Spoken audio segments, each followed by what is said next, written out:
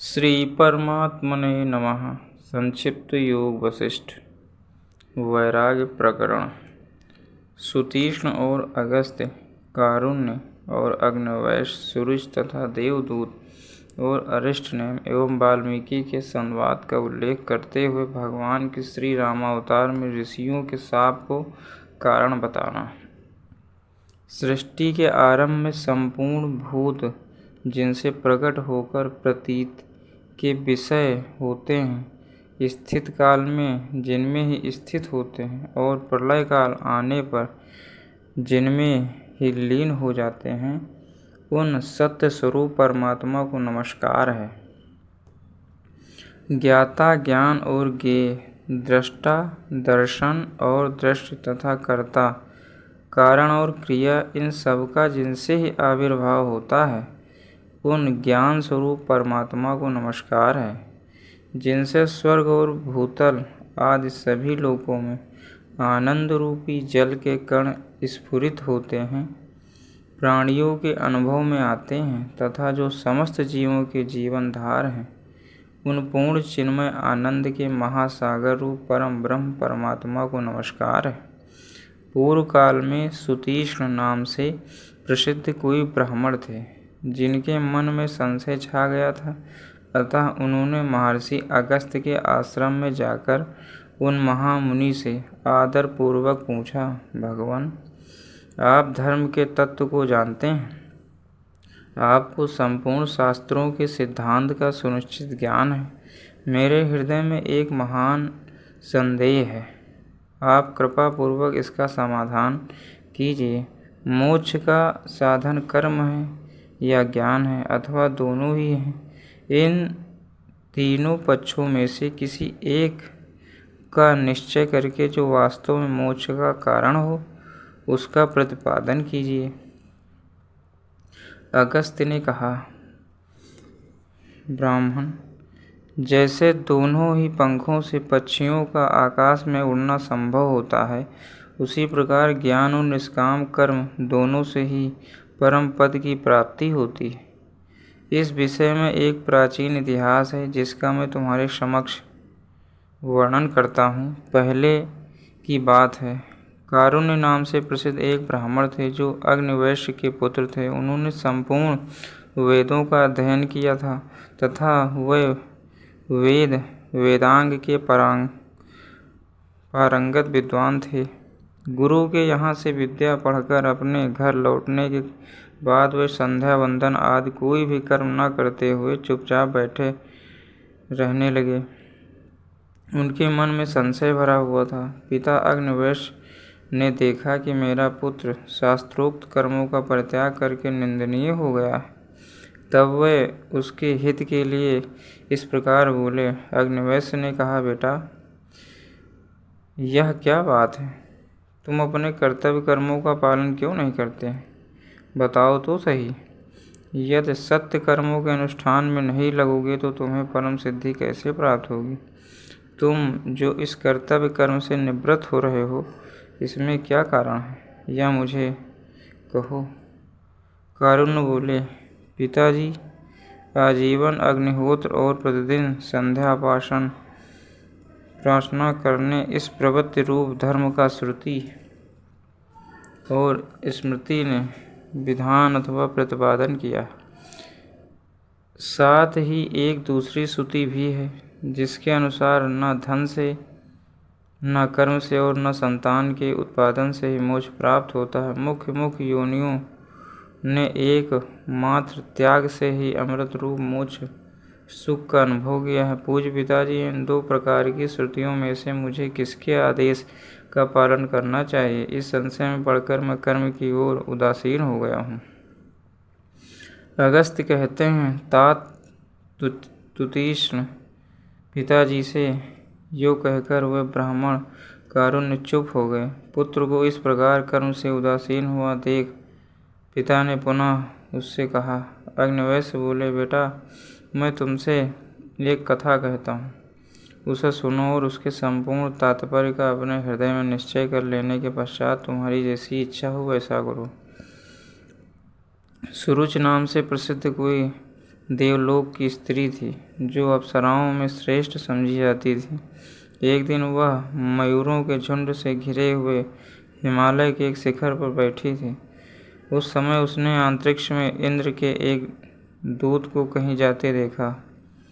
उसे देखकर अप्सराओं में श्रेष्ठ महाभागा सूरज ने इस प्रकार पूछा, महाभाग देवदूत, आप कहाँ से आ रहे हैं और इस समय कहाँ जाएंगे? यह सब कृपा करके मुझे बताइए। देवदूत ने कहा, भद्रे सुनो, जो वृत्तांत जैसे घटित हुआ वह सब मैं तुम्हें विस्तार से बता रहा हूँ। सुंदर भौहों वाली सुंदरी धर्मात्मा राजा अरिष्टनेम अपने पुत्र को राज्य देकर स्वयं वीतराग हो तपस्या के लिए वन में चले गए और अब गंधमादन पर्वत पर वे तपस्या कर रहे हैं। वहाँ वन में ज्यों ही उन्होंने दुस्तर तपस्या आरंभ की, त्यों ही देवराज इंद्र ने मुझे आदेश दिया, दूत, तुम यह विमान लेकर शीघ्र वहाँ जाओ। इस विमान में अप्सराओं के समुदाय को भी साथ ले लो। नाना प्रकार के वाद्य इसकी शोभा बढ़ाते हैं। गंधर्व, सिद्ध, यक्ष और किन्नर आदि से भी यह सुशोभित होना चाहिए।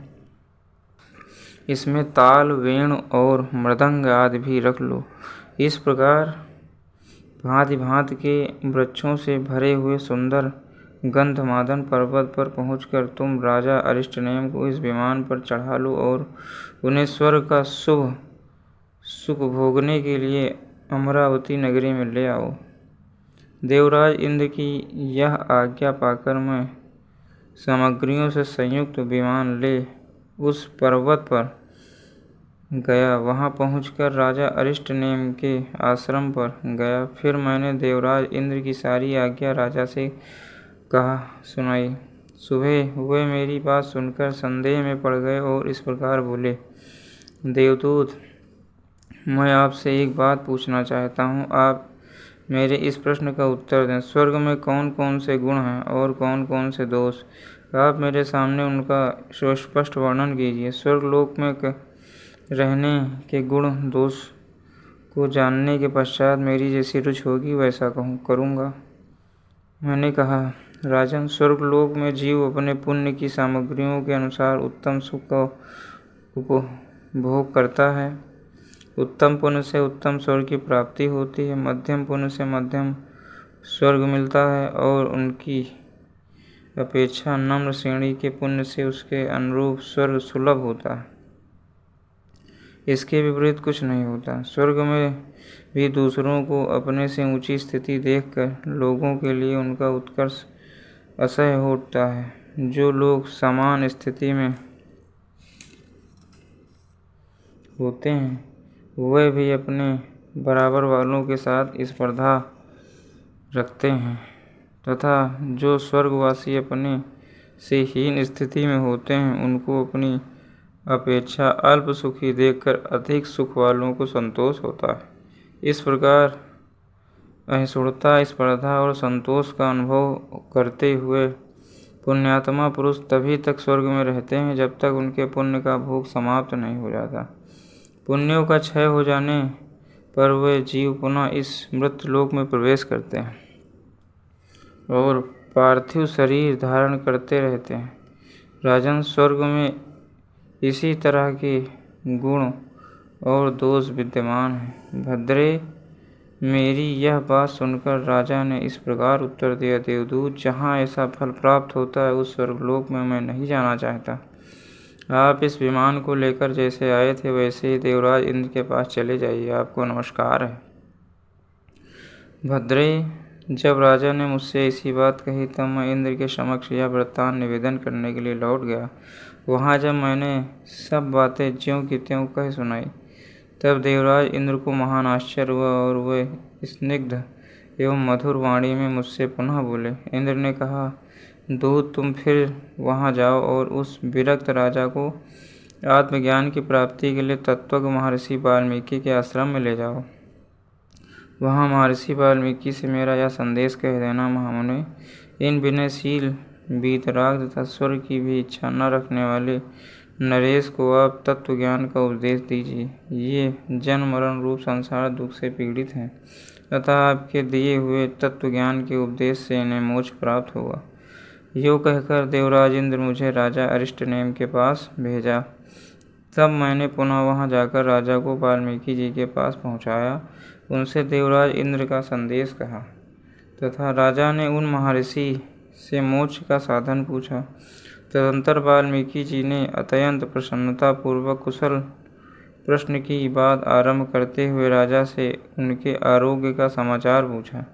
राजा ने कहा, भगवान, आपको धर्म के तत्वों का ज्ञान है। जानने योग्य जितनी भी बातें हैं वे सब आपको ज्ञात हैं।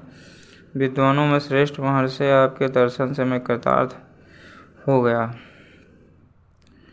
यही मेरी कुशल है। भगवान, मैं आपसे कुछ पूछना चाहता हूँ।